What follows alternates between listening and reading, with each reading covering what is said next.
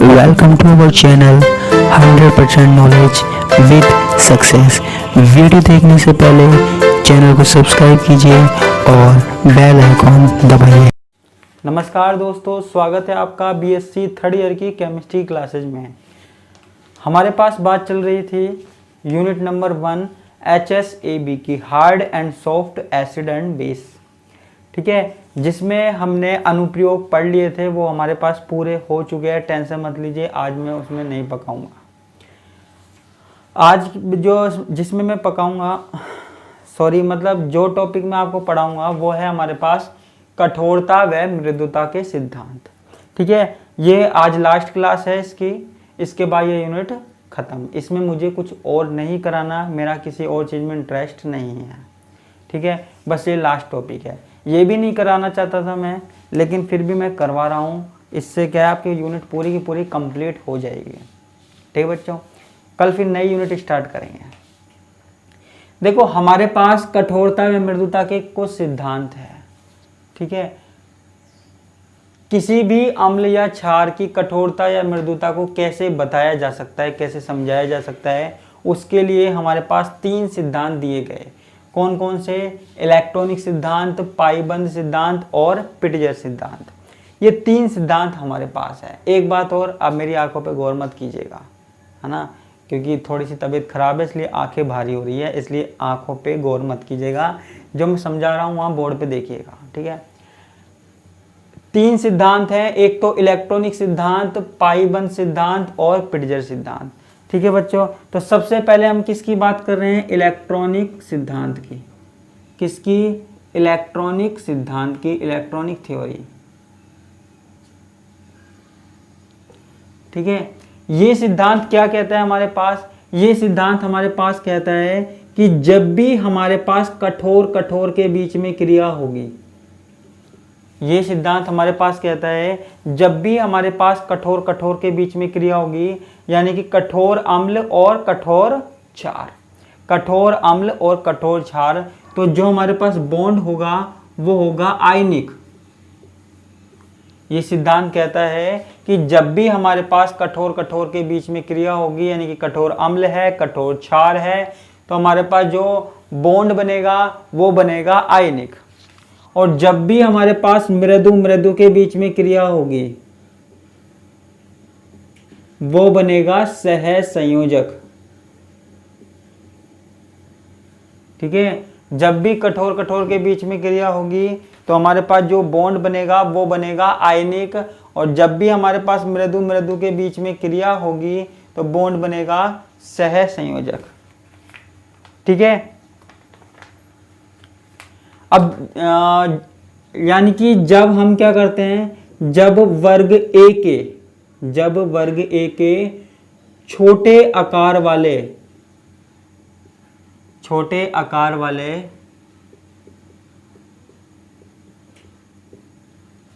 परमाणुओं की क्रिया, परमाणुओं या आयनों की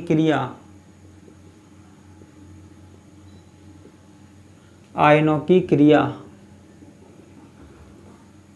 वर्ग ए के लिगैंड के साथ करवाते हैं, ए के लिगैंड के साथ करवाते हैं, तो कैसा बंध बनता है? तो आयनिक बंध बनता है, आयनिक बॉन्ड बनता है। ठीक है, देखो बुक में बहुत सारी चीजें लिखी हुई है, मुझे बस सिर्फ इतनी सी बात बतानी है। ये हमारे पास क्या हो गया? इलेक्ट्रॉनिक सिद्धांत हो गया।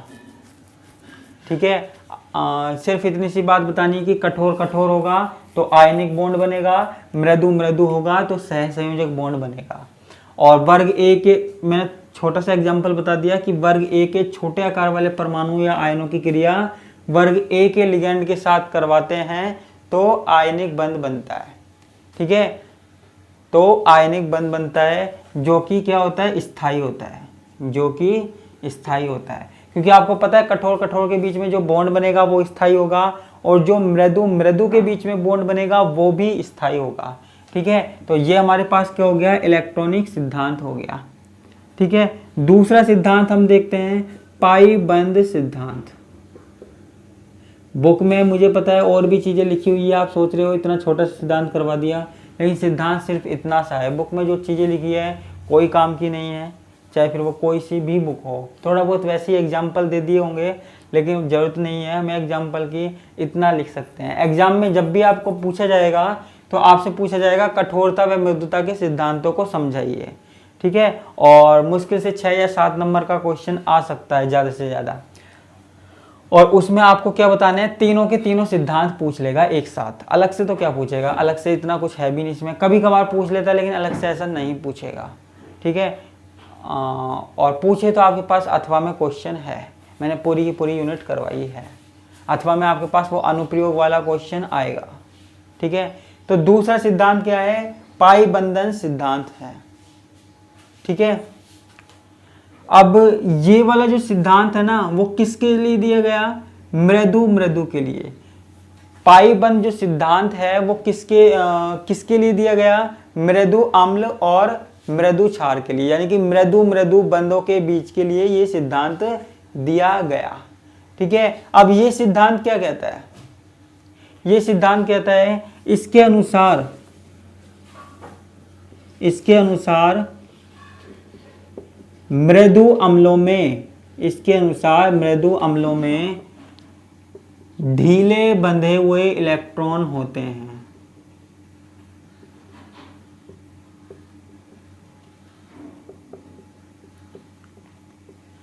ठीक है बच्चों। यह सिद्धांत क्या कहता है, इस सिद्धांत के अनुसार मृदु अम्लों में ढीले बंधे हुए इलेक्ट्रॉन होते हैं, ठीक है।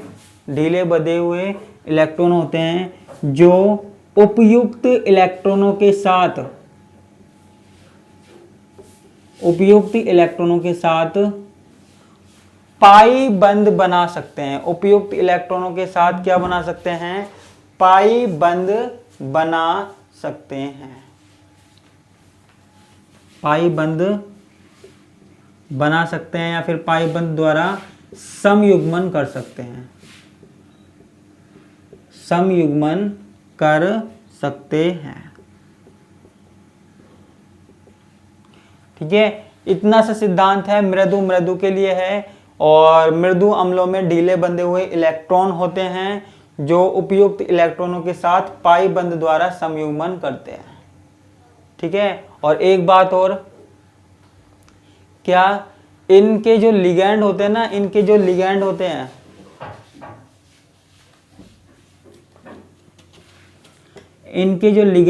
हैं, लिगैंडों में जो मूल परमाणु होते हैं, इन लिगैंडों में जो मूल परमाणु होता है, मूल परमाणु का मतलब है जो इलेक्ट्रॉन देता है, मूल परमाणु का मतलब है जो इलेक्ट्रॉन देता है।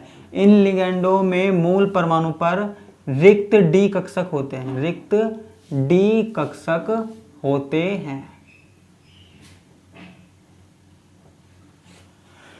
ठीक है। सिर्फ इतनी सी बात याद रखनी है कि ये सिद्धांत मृदु के लिए दिया गया है, यानी कि मृदु के बीच में जो बॉन्ड बनता है, मृदु अम्ल और मृदु क्षार के लिए, ठीक है। उसके अलावा ये सिद्धांत क्या कहता है कि मृदु अम्लों में ढीले बंधे हुए इलेक्ट्रॉन होते हैं, है ना, हल्के से बंधे हुए होते हैं, जो उपयुक्त इलेक्ट्रॉन के साथ पाई बंध द्वारा संयुग्मन कर सकते हैं, लिगैंड के साथ,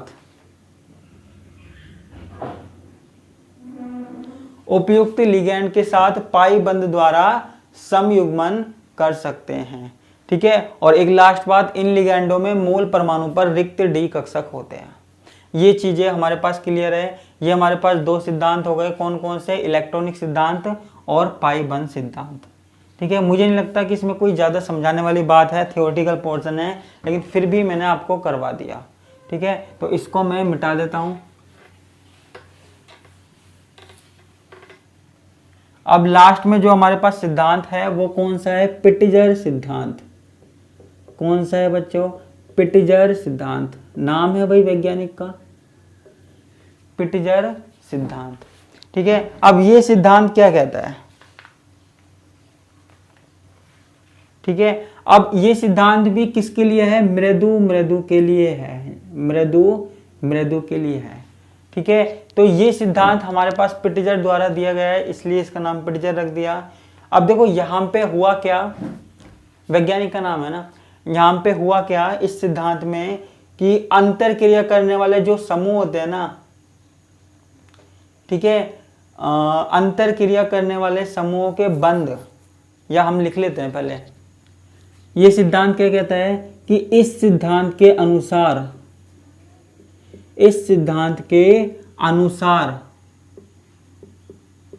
अंतर क्रिया करने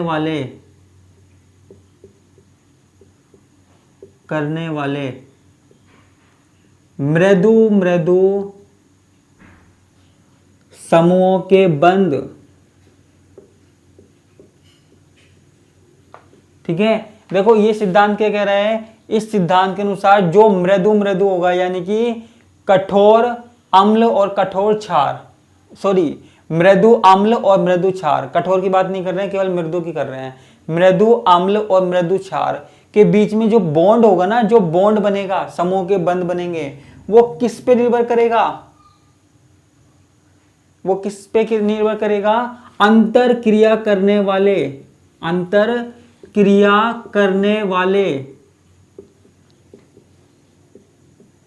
समूहों की ध्रुवणता के गुणनफल पर निर्भर करता है, ठीक है। मतलब देखो हमारे पास क्या है, मृदु अम्ल है और मृदु क्षार है, मृदु अम्ल है, मृदु क्षार है, आपस में किससे जुड़े हुए हैं? बॉन्ड से जुड़े हुए हैं, बंध से जुड़े हुए हैं।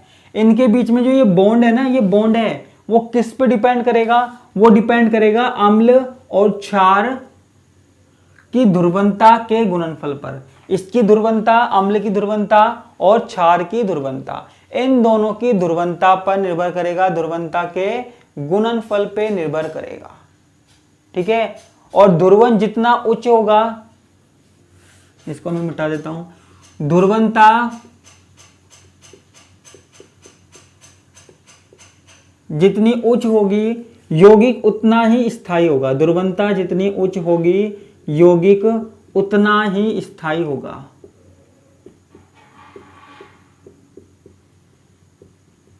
यौगिक उतना ही स्थायी होगा,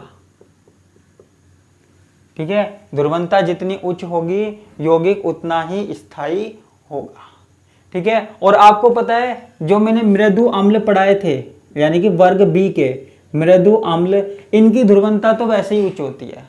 मृदु अम्ल पढ़ाए थे और मृदु क्षार पढ़ाए थे, दोनों की ध्रुवणता का मान उच्च होता है, ठीक है। अतः इनका क्या है, गुणनफल भी उच्च होगा और बंध भी स्थायी होता है। मृदु अम्ल और मृदु क्षार, हमारे पास जो मृदु अम्ल होता है और मृदु क्षार होता है, मृदु अम्ल और मृदु क्षार की ध्रुवणता का मान तो उच्च होता है, ध्रुवणता का मान तो वैसे ही उच्च होता है, उच्च होता है। और ध्रुवणता का मान उच्च है तो गुणनफल भी क्या होगा, अधिक होगा, तो गुणनफल भी अधिक होगा, अधिक होगा। और यौगिक भी क्या होगा, स्थायी होगा, और यौगिक भी स्थायी होगा,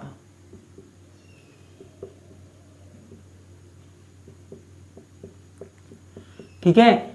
समझने की कोशिश करना कि ये जो सिद्धांत है वो क्या कहता है कि अंतर क्रिया करने वाले मृदु समूहों के जो बंध हैं वो अंतर क्रिया करने वाले समूहों की ध्रुवणता के गुणनफल पर निर्भर करता है। जैसे हमारे पास मृदु अम्ल है, मृदु क्षार है, इन्होंने आपस में क्या बनाया हुआ है, बॉन्ड बनाया हुआ है।